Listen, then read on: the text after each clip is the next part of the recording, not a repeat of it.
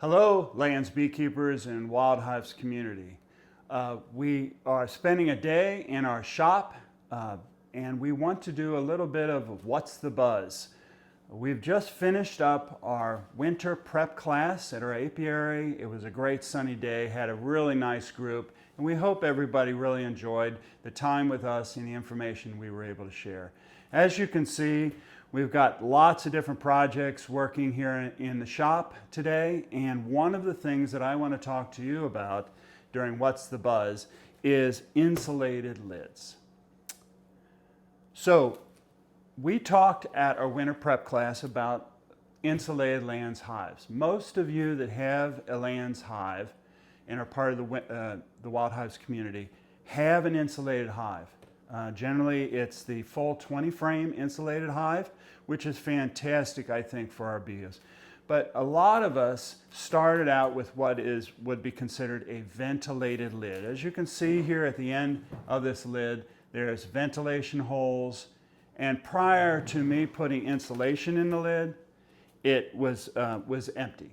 And any insulation that you would end up putting in for the winter usually went right on top of the head rails as a separate piece of insulation.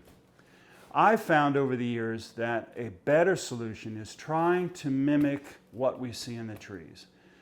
We are really moving toward that concept that our hives need to mimic as best as we can a tree.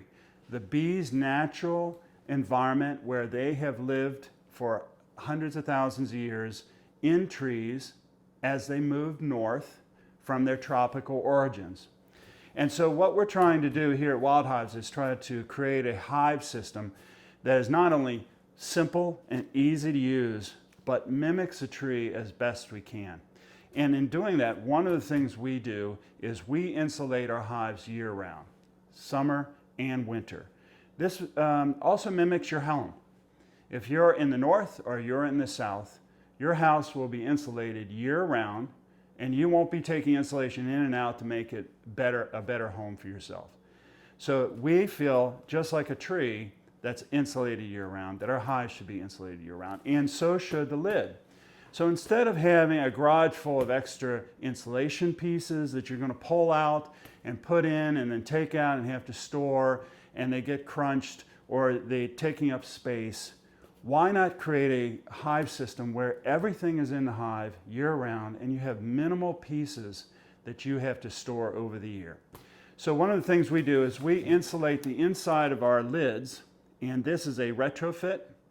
So you see the rails going around that most of you have that keep the empty space above the head rails, and this is where it lays on to the hive body.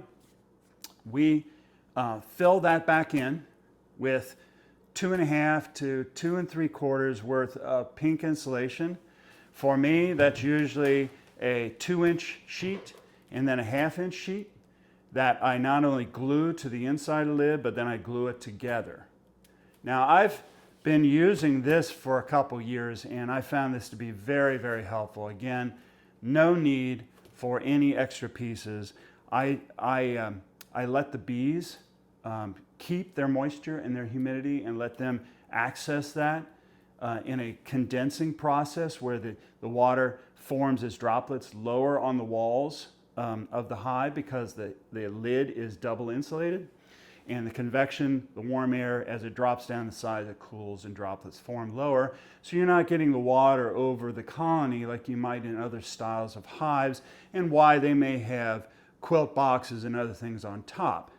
Ours are insulated well enough that that water is down at the bottom, and the bees can use that water all winter long instead of basically drying out and desiccating from not having access to water when it's really cold outside. One of the other things that I want to point out is when I'm retrofitting a lid, the easiest thing I do is I just take white caulking, waterproof, and I just simply, as if you were coating a cake, I just fill in those holes. Now I let that caulking stay a little proud, just like that, just a little bit out. And what that does for me is I don't have to worry about any holes or anything. I let it stay a little proud, and when it dries, all I do is pat it in flat with my finger as the surface dries a little bit. That's a really nice way of using caulking. You can also use a product like wood putty or something, but if you use wood putty, you will have to paint that. And if you use caulking, you don't. So it's just according to whether you want to paint, if you have the paint, and if you want to do it. So caulking, and I just use basically a DAP product. It's waterproof. It's made for outside. It's mildew proof. It's just what you get at the hardware store. So very simple product. I fill in all those holes, as well as putting the insulation in and gluing it to the lid, gluing it together. I also then use a utility board. This is a 1/4 inch utility board. It actually measures 3/16, but consider it a 1/4 inch. And the reason I got a 1/4 inch versus maybe even something thinner, because you do want to assure that you leave as much of this edge as possible to overlap on your hive. You don't want this to get too shallow, or the lid may slide off or blow off. So I got 1/4 partly because it still works. It still gives me a good 1/2 inch lip, but also 1/4 versus 1/8 utility boards. 1/8 is twice the price. So I'm always worried about price. I'm assuming you're always concerned about price. You just cut it to fit. Again, you put glue here, glue along the rails. I simply put it in after it's glued. It fits down in there nice and tight. And then I use a staple gun. So there's glue underneath, and I simply staple along the edge all the way around on that wood rail. And that's how I finish this off. And what this has done is, with the insulation, it's really worked well, but we've had some hives have ants. And I just don't want to deal with the ants, because they get in between the insulation and the wood, and they chew it out, and they make their colonies inside your lid, and you'll probably never get them out then. So the simplest thing to do is put a nice barrier that they can't chew through. That's your utility board. It's fairly inexpensive. Now, if you don't want to go through this whole process and you're in our local area, I can certainly retrofit lids for you if you want to fully insulate your lids.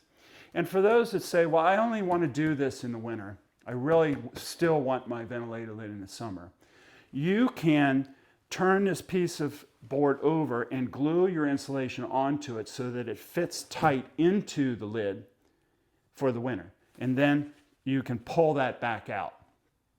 What you wouldn't do is glue that first sheet of insulation to the inner lid so that it's stuck. I don't want to change mine. I want mine to be like a tree, but if you want to pull this in and out, simply stack and glue the insulation to this utility board and just slide it in and turn the lid over for the winter.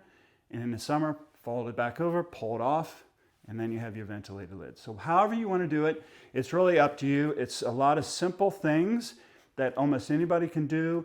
What is the issue is you have to buy sheets of the insulation, you have to buy sheets of utility board, and some people won't want to do that. They want somebody like me, or maybe somebody like you, a builder in a different area, to do that for them. So this is an idea.